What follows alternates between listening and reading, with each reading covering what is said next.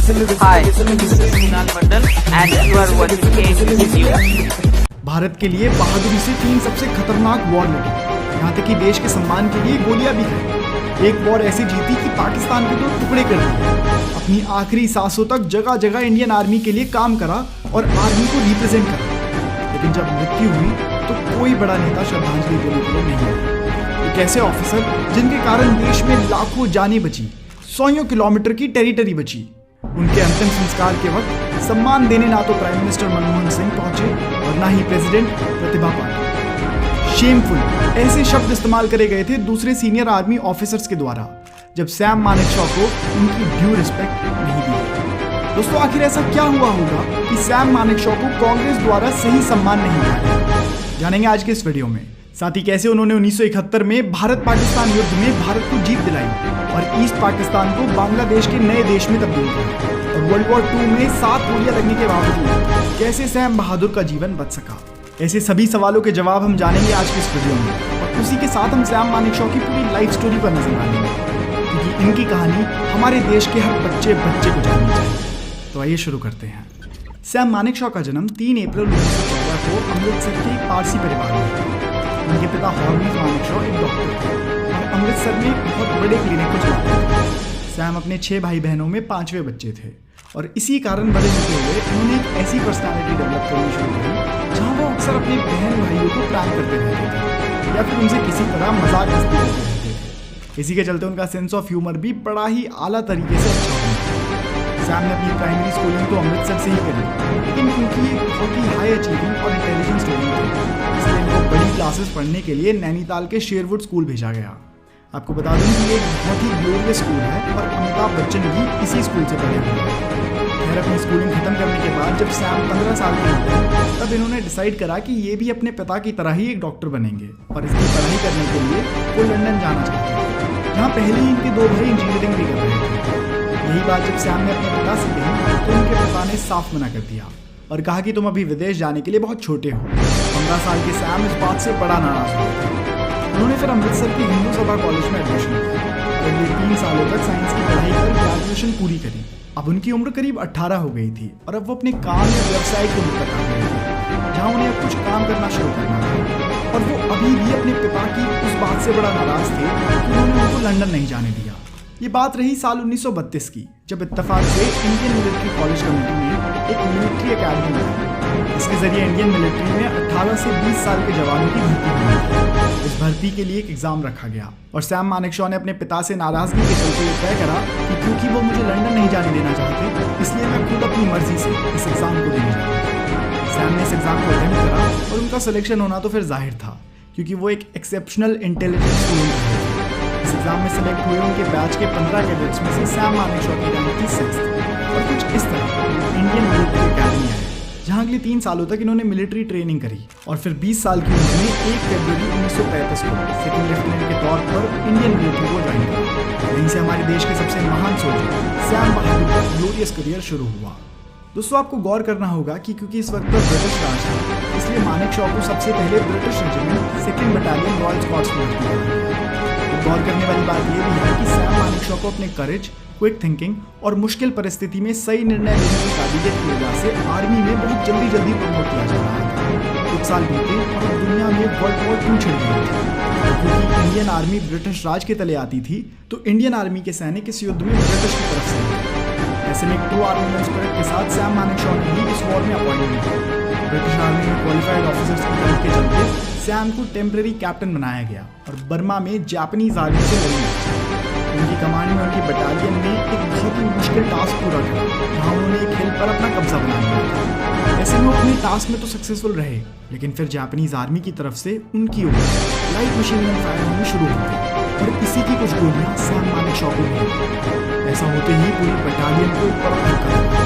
एकदम से उनके सिपाही उन्हें रेस्क्यू करने की तरफ दौड़ने लगे, और क्योंकि गोलियों के घाव उनके पेट पर थे तो सभी को लग रहा था कि सैम अब नहीं बच पाएंगे। ऐसे में वहाँ के डिविजनल कमांडर डेविड टेनेंट, जो कि सैम की बहादुरी से बहुत इम्प्रेस हुए थे, वो सैम को ऑनर करने के लिए उनके पास आए और उनकी छाती पर मिलिट्री क्रॉस पिन कर दिया, जो कि ब्रिटिश आर्मी का हाईएस्ट ऑनर होता है। उन्होंने उनकी चेस्ट पर मिलिट्री क्रॉस रखा और उनसे कहा कि मिलिट्री क्रॉस सिर्फ एक जीवित इंसान को ही मिल सकता है, इसलिए तुम्हें इस मिलिट्री क्रॉस के लिए जीना खैर समय की हकीकत ये थी कि सैम मानेकशॉ के शरीर को कुछ गोलियों ने भेद दिया था और अब सिचुएशन काफी सीरियस हो गई थी। उन्हें जल्दी एक मिलिट्री हॉस्पिटल लाया गया और वहाँ के सीनियर सर्जन ने सैम का इलाज करना शुरू किया। जल्दी ही सैम होश में आए और तब सीनियर सर्जन ने सैम से पूछा कि तुम्हें हुआ क्या है। तो उसके जवाब में सैम ने कहा कि कुछ नहीं, बस एक खच्चर ने लात मार दी थी। ये सुनकर वहाँ के लोग खुद को एक छोटी हंसी हंसने से रोक नहीं सके। दोस्तों इस बात से आप भी अंदाजा लगा सकते हैं कि सैम मानेकशॉ किस तरह के व्यक्ति थे। वो इतनी संगीन सिचुएशन में भी एक जोक मारने से पीछे नहीं हटते थे और शायद उनकी यही क्वालिटी उन्हें इतनी स्ट्रेसफुल जॉब में सेम रख सके। सर्जन ने उनके इस जवाब को सुनकर कहा कि भाई तुम्हारे सेंस ऑफ ह्यूमर को देखते हुए तो तुम्हें बचाना बेहद जरूरी है। फिर पूरे हॉस्पिटल स्टाफ ने उनकी सारी बुलेट्स निकाली और फॉर्चुनेटली सैम मानेकशॉ की जिंदगी को बचाया जा सका। वर्ल्ड वॉर 2 खत्म हुई, उन्हें कॉमनवेल्थ फोर्सेस के हाईएस्ट ऑनर मिलिट्री क्रॉस से ऑफिशियली नवाजा गया। फिर कुछ साल बाद भारत के इंडिपेंडेंस का वक्त आया। इस वक्त तक सैम मानेकशॉ इंडियन मिलिट्री में एक सीनियर ऑफिसर बन चुके थे और 12th फ्रंटियर फोर्स रेजिमेंट को लीड कर रहे थे। आर्मी में रहते हुए ही सैम मानेकशॉ की दोस्ती एक और आर्मी मैन याह्या खान से हुई। यही याह्या खान पार्टीशन के बाद पाकिस्तान चले गए थे। तो इनका और सैम मानेकशॉ का एक किस्सा मैं आपको कहानी में आगे बताऊंगा। इस नाम को याद जरूर रखिए। भारत की इंडिपेंडेंस के वक्त के दौरान सैम मानेकशॉ की दोस्ती सरदार वल्लभ भाई पटेल से भी बड़ी गहरी हो गई थी और इन दोनों की आपस में खूब जमती थी। फिर आया भारत की आज़ादी का दिन और एक तरफ जहां देश आज़ादी का जश्न मना रहा था, वहीं पार्टीशन की दर्दनाक हिस्ट्री भी लिखी जा रही थी। ऐसे में जरूरी था कि इंडियन आर्मी सिचुएशन को कंट्रोल में ला सके। इसी वजह से सैम मानेकशॉ को यहाँ तैनात किया गया और कहा जाता है कि यहाँ उन्होंने बड़ी ही अच्छी प्लानिंग और एडमिनिस्ट्रेटिव स्किल्स दिखाई थी। इससे उनके कंट्रोल वाले एरिया में चीज़ें काफ़ी सहम गई थी। पार्टीशन के वक्त सैम मानेकशॉ के पास भी विकल्प था, वो पाकिस्तान जा सकते हैं, लेकिन उन्होंने इसके बारे में क्षण भर भी नहीं सोचा और भारत में रहने का फैसला किया। वो जिस रेजिमेंट में थे वो रेजिमेंट अब पाकिस्तान आर्मी का हिस्सा बन गया था। इसलिए अब सैम मानेकशॉ को 8th गोरखा राइफल्स में भर्ती करा गया और ये वही गोरखा राइफल्स है जिसके बहादुरी के किस्से देश के बच्चे बच्चे की जुबान पर है। इसके बाद सैम मानेकशॉ कश्मीर रीजन को अटैक से बचाने के लिए वहाँ भी एक्टिवली काम कर रहे हैं। अगले 10 सालों तक इंडियन मिलिट्री को अलग अलग तरह से सर्व करते हुए मानेकशॉ अब और ज़्यादा हाई रैंकिंग ऑफिसर बन गए थे। और 1957 में हुआ एक किस्सा मैं आपको बताता हूँ जो आपको ये समझाएगा कि सैम मानेकशॉ इंडियन आर्मी के डिसिप्लिन के लिए कितनी ज़्यादा रिस्पेक्ट रखते थे।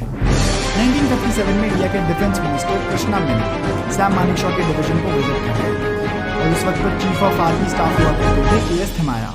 तो डिफेंस मिनिस्टर ने मानेकशॉ से कैजुअली पूछा कि तुम अपने सीनियर के.एस. थिमाया के बारे में क्या सोचते हो। तो उन्होंने जवाब दिया कि मिस्टर मिनिस्टर, वो मेरे चीफ हैं, मैं उनके बारे में कोई व्यक्तिगत ओपिनियन रखूं ये सही नहीं होगा। कल को आप मेरे सबॉर्डिनेट से मेरे बारे में पूछो तो इससे आर्मी का डिसिप्लिन खराब होगा। कृपया ऐसे सवाल इंडियन आर्मी में आगे से किसी को ना पूछें।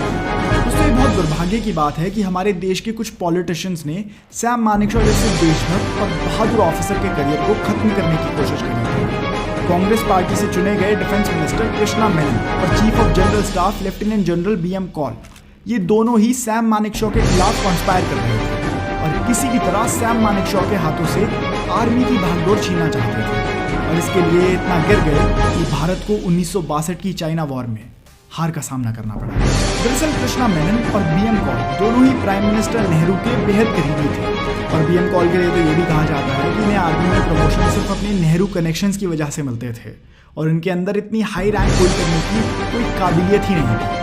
वहीं दूसरी तरफ defence minister Menon Sam Manekshaw के आर्मी में रुतबे और जितनी रिस्पेक्ट उन्हें मिलती थी उससे खुश नहीं थे। सैम मानेकशॉ के खिलाफ कई घटिया चार्जेस लगाए गए, जैसे कि एक ये था कि वो भारत से ज़्यादा इंग्लैंड की क्वीन के लिए लॉयल्टी रखते हैं। साथ ही उनके कैरेक्टर पर सवाल उठाए गए कि वो कुछ लड़कियों को पसंद करते हैं। साथ ही पैसे का मिसयूज करने का भी उन पर आरोप लगाया गया। कुल मिलाकर 10 चार्जेस थे जो बिल्कुल ही बेबुनियाद और घटिया थे और कांग्रेस मिनिस्टर्स के मनगढ़ंत थे। एक तरफ जहां मानेकशॉ जैसे इंपॉर्टेंट आर्मी ऑफिशियल पर कांग्रेस के नेता ऐसे आरोप लगाकर उनका करियर बर्बाद करने की कोशिश कर रहे थे, वहीं दूसरी तरफ चाइना इंडिया पर हमले की तैयारी कर रहा था। हमारे देश के डिफेंस मिनिस्टर कृष्णा मेनन लगातार इंटेलिजेंस रिपोर्ट्स को इग्नोर कर रहे थे। दोस्तों इस डिफेंस मिनिस्टर की लापरवाही इतनी थी कि 1962 इंडो चाइना वॉर के बाद इसको डिफेंस मिनिस्ट्री से निकाल दिया गया था। तो जिस तरह एक इंसान की ईगो पूरे देश को एक वॉर कॉस्ट कर गई।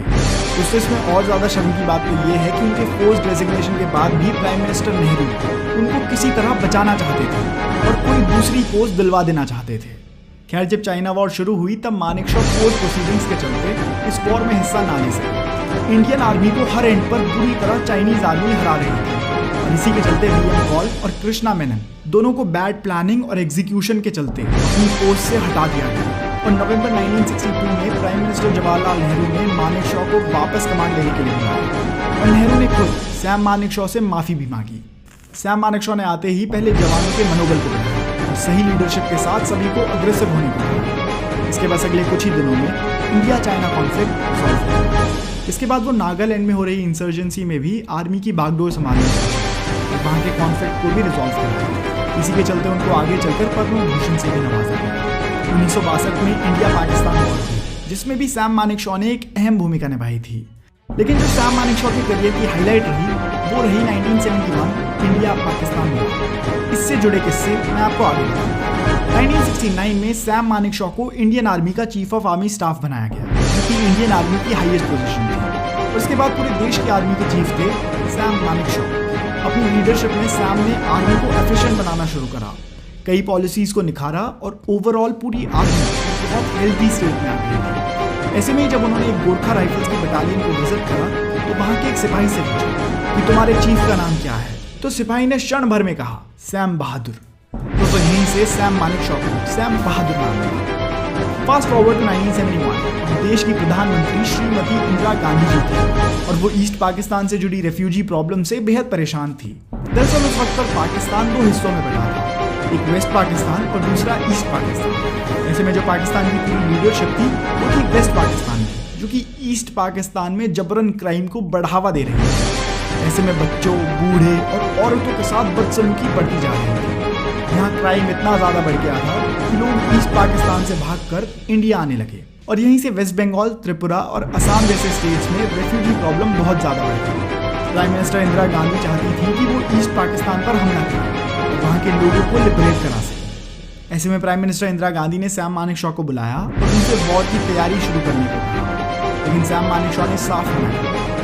इस इंसिडेंट को लेकर कहा जाता है कि अप्रैल का वक्त था और दिल्ली में कैबिनेट की बैठक चल रही थी। प्रधानमंत्री इंदिरा गांधी तमतमाते हुए उस वक्त के आर्मी चीफ सैम मानेकशॉ से कहते हैं, ये देखिए असम, वेस्ट बंगाल और त्रिपुरा के चीफ मिनिस्टर्स के लेटर्स।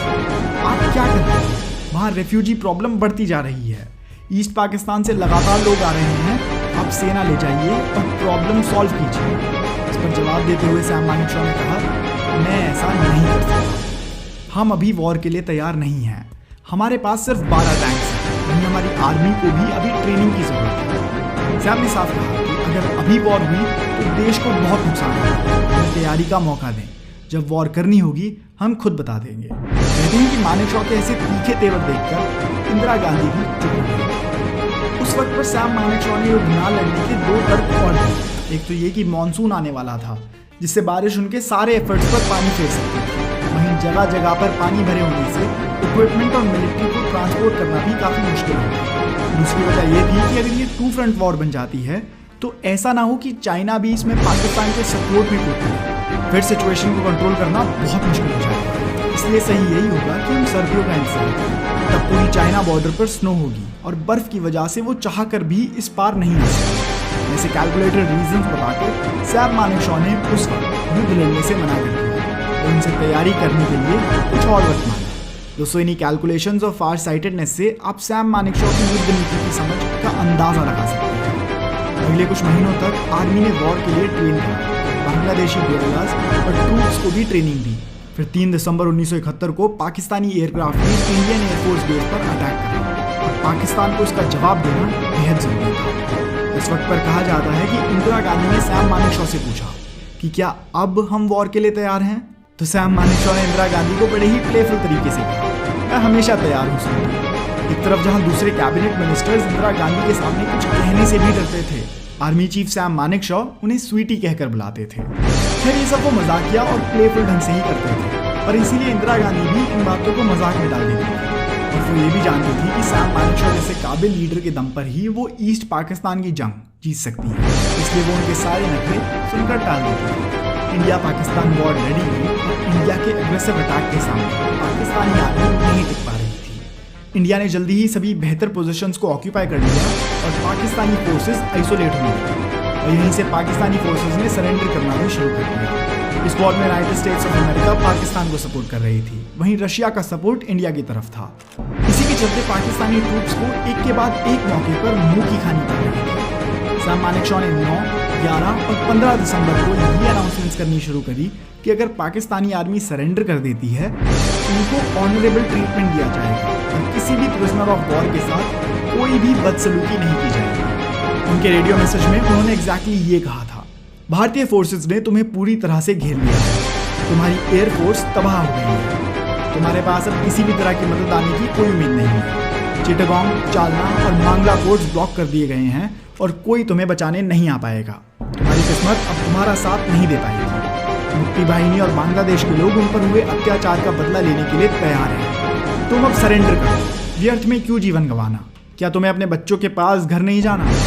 वक्त जाया ना करो। अब हार मानकर हथियार गिराने में कोई बुराई नहीं है। हम तुम्हें एक सोल्जर के जैसे ऑनर के साथ ट्रीट करेंगे। इसके बाद के कुछ दिनों में इंडियन फोर्सेस ने पाकिस्तान आर्मी की पूरी कमर तोड़ दी थी और 16 दिसंबर को पाकिस्तान ने इंडिया के सामने सरेंडर कर दिया। सरेंडर के बाद सैम मानेकशॉ ने इंडियन आर्मी को कड़े निर्देश दिए कि किसी भी तरह की लूटपाट नहीं होनी चाहिए और महिलाओं की सेफ्टी पर ध्यान दिया जाए और किसी भी तरह से किसी के भी साथ कोई बदसलूकी ना हो। इसी कारण से सरेंडर के बाद ऐसा कोई भी इंसिडेंट नहीं हुआ। इसके अलावा 94,000 पाकिस्तानी सोल्जर्स इंडिया के प्रिजनर्स बन गए थे, जहां सैम मानेकशॉ ने बहुत ध्यान दिया कि इन प्रिजनर्स ऑफ वॉर के साथ कोई बदसलूकी ना हो। उन्हें सही तरह का खाना दिया गया और जहां कई दूसरे देशों की फोर्सेस प्रिजनर्स ऑफ वॉर को टॉर्चर करती हैं, वहीं इंडिया ने ऐसे किसी भी पाकिस्तानी प्रिजनर के साथ नहीं करा। सैम मानेकशॉ अपनी इसी कंपैशन के लिए जाने जाते हैं। उन्होंने पूरी दुनिया के आर्मी के लिए एक बहुत बड़ा एग्जाम्पल सेट किया। वॉर खत्म हुई और यहीं से ईस्ट पाकिस्तान अब लिबरेट हुआ, बांग्लादेश बना। दोस्तों, अब इसी से जुड़ा मैं आपको एक किस्सा भी बताना चाहूँगा। याद है मैंने वीडियो की शुरुआत में आपसे याह्या खान की बात करी थी, जो पार्टीशन के पहले सैम मानेकशॉ के साथ ही इंडियन आर्मी में थे और पार्टीशन के बाद वो पाकिस्तान चले गए थे। तो हुआ ये था कि वही याह्या खान आगे चलकर पाकिस्तान के प्रेसिडेंट बन जाते हैं और 1971 वॉर के वक्त वही पाकिस्तान के प्रेसिडेंट होते हैं। मीडिया रिपोर्ट्स की माने तो 1940s के समय में सैम मानेकशॉ के पास एक US मेड मोटरसाइकिल हुआ करती। याह्या खान को वो मोटरसाइकिल बहुत पसंद थी और पार्टीशन के बाद पाकिस्तान जाते जाते मानेकशॉ से ये अमेरिकन मोटरसाइकिल उन्होंने 1000 रुपये में खरीद ली, लेकिन उन्होंने इसके पैसे सैम मानेकशॉ को कभी नहीं दिए। समय बीतता गया, मानेकशॉ भारत के आर्मी चीफ बने तो पाकिस्तान में याह्या खान सरकार का तख्ता पलटकर राष्ट्रपति बने। फिर जब साल 1971 की जंग हुई तो पाकिस्तान के सरेंडर करने के बाद मानेकशॉ ने कहा था कि याह्या खान ने आधे देश के बदले में उनकी मोटरसाइकिल का दाम चुका दिया और इसीलिए कहा जाता है कि सैम मानेकशॉ ने एक मोटरसाइकिल या फिर 1000 रुपये के बदले में आधा पाकिस्तान ही ले लिया। सैम मानेकशॉ की पर्सनल लाइफ की बात करें तो 1939 में उन्होंने सीलू बाडे से शादी की और इनकी 2 बेटियां भी हैं। सैम बहादुर के मजाकिया अंदाज को लेकर उनकी बेटी माया दारूवाला ने भी एक इंटरव्यू में बताया था कि लोग सोचते हैं कि सैम बहुत बड़े जनरल हैं, उन्होंने कई वॉर्स लड़ी हैं, उनकी बड़ी बड़ी मूंछें हैं, तो घर में भी वो उतना ही रौब जमाते होंगे और डिसिप्लिन में रहते होंगे। लेकिन ऐसा बिल्कुल भी नहीं है। उनकी पर्सनालिटी का एक दूसरा पहलू ये भी है कि वो एक बहुत प्लेफुल व्यक्ति है, बिल्कुल एक बच्चे की तरह। वो हमारे साथ शरारतें करते हैं, हमें बहुत परेशान करते हैं। कई बार तो हमें कहना पड़ता है कि डैड स्टॉप इट। जब वो कमरे में घुसते थे तो हमें ये सोचना पड़ता था कि अब ये क्या मजाक करने वाले हैं। उससे कुछ इस तरह का मस्त मौला और बहादुर जीवन जिया सैम मानेकशॉ। जनवरी 1973 में उनके रिटायरमेंट के वक्त उन्हें फील्ड मार्शल के पद से सम्मानित किया गया। इसके बाद सैम मानेकशॉ भारतीय सेना के सर्वोच्च पद से सम्मानित होने वाले आज़ाद भारत के पहले सेनाधिकारी बने। आज भी भारतीय सैनिकों के लिए सैम मानेकशॉ एक इंस्पिरेशन है और उनके किस्से हर एक आर्मी रेजिमेंट में मशहूर हैं। अपनी हाजिर जवाबी, खुश मिजाजी और डिटर्मिनेशन के लिए जाने जाने वाले सैम मानेकशॉ सेना के मान सम्मान के लिए तो हमेशा ही तैयार रहते थे। अपने सैनिकों के हित के लिए भी वो किसी के भी सामने खड़े हो जाते थे। गोरखा रेजिमेंट की तरफ उनके प्यार और रिस्पेक्ट का पता उनकी कही सिर्फ एक बात से ही झलक जाता है। उन्होंने कहा था, अगर कोई सैनिक ये कहे कि वो मरने से नहीं डरता तो फिर या तो वो झूठ बोल रहा है या फिर वो मूर्खा है। सैम मानेकशॉ ने 94 की उम्र में अपनी अंतिम सांसें ली। उन्हें न्यूमोनिया हो गया था और वो कोमा में चले गए थे, जिस वजह से 27 जून 2008 में उन्होंने इस दुनिया से विदा ली। उनके नज़दीकी लोगों ने बताया कि उनके आखिरी शब्द थे आई एम ओके। दोस्तों, आपका ये जानना बेहद ज़रूरी है कि सैम मानेकशॉ का पूरा जीवन ही देश और आर्मी की तरफ डेडिकेटेड था। लेकिन ये बड़े ही दुर्भाग्य की बात है कि हमारे देश की सरकार ने कभी भी उनको उस तरह सेलिब्रेट नहीं करा जिस तरह वो डिजर्व करते हैं। उनके फ्यूनरल के लिए कोई बड़ा अधिकारी उन्हें श्रद्धांजलि देने नहीं पहुंचा। प्राइम मिनिस्टर मनमोहन सिंह और राष्ट्रपति प्रतिभा पाटिल और डिफेंस मिनिस्टर ये सभी शायद उस दिन ज़्यादा ही बिजी थे और किसी भी तरह से उस वक्त की कांग्रेस सरकार की तरफ से उन्हें कोई सम्मान नहीं दिया। ये बेहद ही शर्म की बात है कि मनमोहन सिंह की सरकार ने उन्हें उनकी ड्यू रिस्पेक्ट नहीं दी और इस पर कई रिटायर्ड आर्मी ऑफिसर्स ने नाराजगी जताते हुए कहा था कि ये एक शेमफुल मूवमेंट है। आपका इस पर क्या ओपिनियन है, हमें कमेंट्स में जरूर बताइए। ये वो सभी अवार्ड्स हैं जिनसे वो सम्मानित किए गए थे और ये उनके आर्मी करियर के प्रोग्रेशन की एक्यूरेट टाइमलाइन है। ऐसी बात बताऊं, सैम मानेकशॉ जैसी शख्सियत को सिर्फ एक वीडियो में बयां कर पाना काफ़ी मुश्किल है और इसीलिए मैं खुद भी सैम मानेकशॉ पर बनी फिल्म सैम बहादुर को देखने जाऊंगा। आपका उस फिल्म के बारे में क्या ओपिनियन है, हमें कमेंट्स में जरूर बताइए। दोस्तों, ये थी कहानी सैम मानेकशॉ की। मैं उम्मीद करता हूँ आपको ये वीडियो पसंद आई है। अगर आपको वीडियो पसंद आई है तो आप इस वीडियो को लाइक करके हमारा मनोबल बढ़ा सकते हैं और अगर आप ऐसी वीडियो पहली बार देख रहे हैं और ऐसी और वीडियो देखना चाहते हैं तो दोस्तों चैनल को सब्सक्राइब कर लीजिए क्योंकि मैं आपके लिए ऐसी वीडियोस लाता रहूँगा।